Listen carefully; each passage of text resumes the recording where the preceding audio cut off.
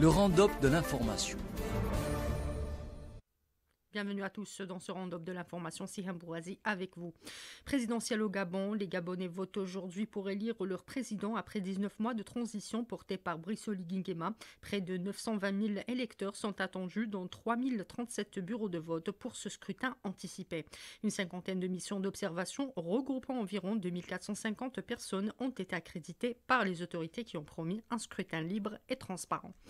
En Algérie, chargé par le président algérien Majid Tebboune, le ministre des Affaires étrangères Ahmed Attaf est arrivé aujourd'hui à Addis Abeba pour une visite officielle. Attaf co-présidera aux côtés de son homologue éthiopien Gideon Timotheo la cinquième session du comité mixte algéro-éthiopien prévue demain 13 avril.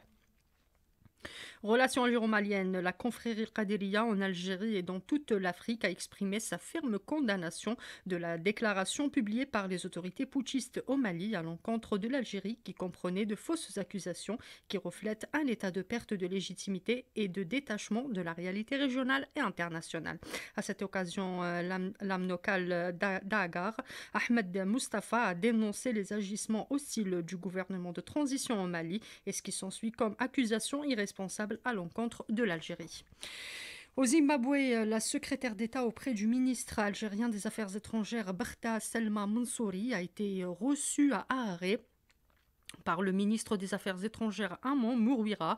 Les deux parties se sont félicitées du niveau exceptionnel des relations bilatérales, soulignant leur détermination commune à les renforcer, particulièrement dans les domaines de l'économie, le commerce et l'enseignement supérieur. Au Soudan, le ministre des Affaires étrangères Ali Youssef Sherif a averti que la région du Darfour pourrait être confrontée à une grave crise humanitaire en raison de l'arrivée en grand nombre des soldats des FSR après le retrait de la capitale du pays.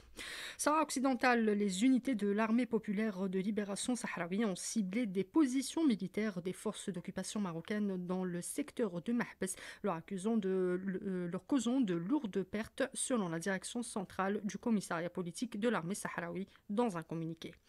Climat-environnement, le gouvernement éthiopien annonce son organisation du deuxième sommet de l'Union africaine sur le climat en septembre 2025. La réunion est convoquée suite à la décision de la 38e session des chefs d'État et de gouvernement de l'Union africaine qui s'est tenue à Addis Abeba en février dernier. Les participants à ce sommet devraient formuler leurs priorités de l'Afrique sur l'agenda climatique, développer une position commune dans les négociations avec les partenaires pour une conclusion réussie.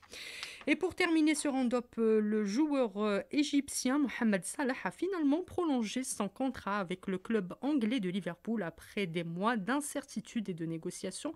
L'attaquant égyptien de 32 ans a finalement décidé de ne pas se laisser tenter par les grandes tentations financières offertes par le championnat saoudien et a préféré continuer deux saisons supplémentaires avec les Reds. Fin de ce round-up, merci de l'avoir écouté. Retrouvez dans quelques instants la suite de nos programmes à partir de notre station à Tamanrasset en langue Terigi, Hausa, Bambara et Tamashek. Bonne suite de nos programmes.